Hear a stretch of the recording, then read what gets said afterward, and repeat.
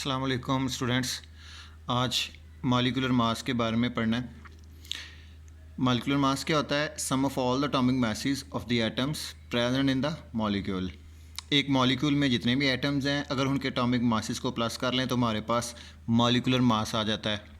For example water है, water का total जो एटॉमिक मॉलिक्यूलर मास है वो 18 AMU है। हम मॉलिक्यूलर मास को कैलकुलेट किस तरह से करते हैं? ये हमारे पास एक मॉलिक्यूल है HNO3। इसमें एक H है, एक N है और 3 ऑक्सीजन है।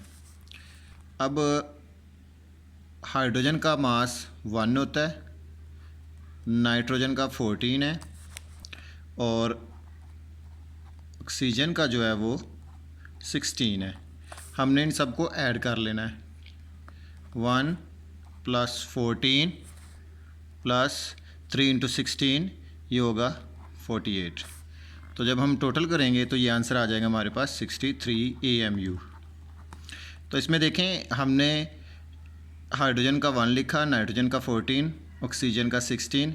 ऑक्सीजन चूँकि 3 टाइम्स था HNO3 में, तो 3 ऑक्सीजन थी तो हमने 3 से मल्टीप्लाई कर दिया, 48 आ गया। अब ये वाले जो एटॉमिक मासेस हैं ये हमें कैसे पता चलेंगे? ये वाले एटॉमिक मासेस असल में हमें याद करने पड़ते हैं। याद करने की ज़रूरत नहीं होती, ये हमें ऑलरेडी जैसे जैसे हम पढ़ते जाते हैं ये हमें याद हो जाते हैं ऑटोमेटिकली। जिस तरह हाइड्रोजन का 1 है, कार्बन का 12 AMU, सोडियम का 23, क्लोरीन का 35.5। तो ये सारे एक्चुअली हमें पता होने चाहिए। तो जैसे जैसे हम पढ़ते हैं ये हमें ऑटोमेटिकली याद हो जाते हैं। तो ये अगर आपको याद हो जाए तो ये मॉलिक्यूलर मास मालूम करना ईजी हो जाता है। तो सारे तो याद नहीं करने पड़ते। पहले 20 एलिमेंट जो पीरियोडिक टेबल के पहले 20 एलिमेंट्स हैं उनको अगर हम याद कर लें तो फिर हमारे लिए मॉलिक्यूलर मास मालूम करना इजी होता है। हमने ऊपर वाटर की एग्जांपल देखी थी, तो हम इसको देखते हैं कि इसको मॉलिक्यूलर मास को कैलकुलेट कैसे करना है। इसमें देखें 2 हाइड्रोजन है, 2H, इसको इस ब्रैकेट में बंद कर लें, प्लस ऑक्सीजन, तो ये हो जाएगा 2। ये हाइड्रोजन का 1 है। अब ऑक्सीजन का यहाँ से देखें तो 16 है, तो यहाँ पर हम लिखेंगे 16।